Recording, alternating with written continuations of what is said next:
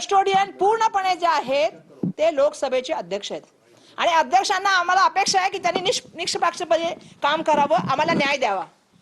विरोधी पक्षामधले आहेत म्हणून त्यांना बोलायला द्यायचं नाही, सत्ताधारी पक्षामधले ते अश्लील बोलतील तर त्यांना बोलायला द्यायचं, ही भूमिका बरोबर नाही। आणि ती भूमिका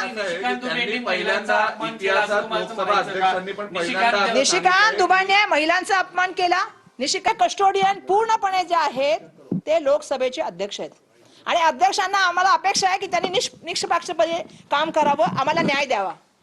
विरोधी पक्षामधले आहेत म्हणून त्यांना बोलायला द्यायचं नाही, सत्ताधारी पक्षामधले ते अश्लील बोलतील तर त्यांना बोलायला द्यायचं, ही भूमिका बरोबर नाही। आणि ती भूमिका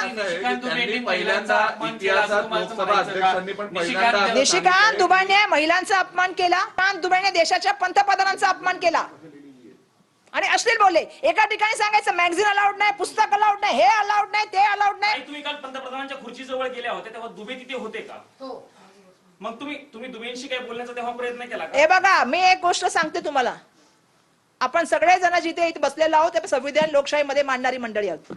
लोकशाहीने दिलेल्या अधिकारांचा आम्ही वापर करू शकतो, संविधानिक हत्याराचा आम्ही वापर करू शकतो। आम्ही बॅनर घेऊन उभं होतो, बॅनर घेऊन उभं होतं तर याचं होतं, आमच्याकडे काय हत्यार होतं का मारायला? काचेच्या बांगड्या होत्या असं काही? आता काचेच्या बांगड्या हातामध्ये घातल्याच नाहीत बाबा, लग्नानंतर कधी घातल्या नाहीत। आणि मला एक सांगायचं की ज्या महिला काचेच्या बांगड्या घालतात त्यांचा मी सन्मान करते।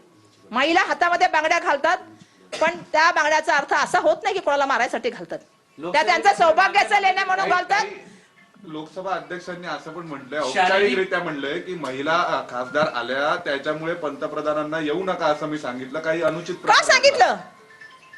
म्हणजे स्वतः अध्यक्षांच्या मनातच काहीतरी आलं काय याबद्दल? शारीरिक हल्ला होईल असं त्यांचं म्हणणं अरे होतं। मी ते वापस एक बोलते, शारीरिक हल्ला कसा होणार? कसा होणार तुम्ही मला विचार करून सांगा। 25 वर्षाच्या राजकारणामध्ये किती लोकांना शारीरिक हल्ला केला? सर्वसामान्य माणसांना सांगा, एक शिवी दिली म्हणून सांगा। महाराष्ट्रातून तुमच्यासोबत शोभा बच्चा यांचं नाव असं आहे की त्या ठिकाणी आमचा प्रयत्न होता की आमचं म्हणणं आम्ही अध्यक्षांना सांगण्याचा प्रयत्न केला, एकदा नाही, दोनदा नाही, तीनदा केला। आमचं म्हणणं होतं की एक व्यक्ती सातत्याने संसदमध्ये उठतं, संसदेच्या पूर्ण प्रणालीला बाजूला ठेवून काहीतरी वेगळा विषय काढून त्या ठिकाणी पूर्ण संसद डिस्टर्ब करतं आणि पूर्णपणे त्यांचं बोलणं बेजबाबदारपणाचं असं अश्लील असतं।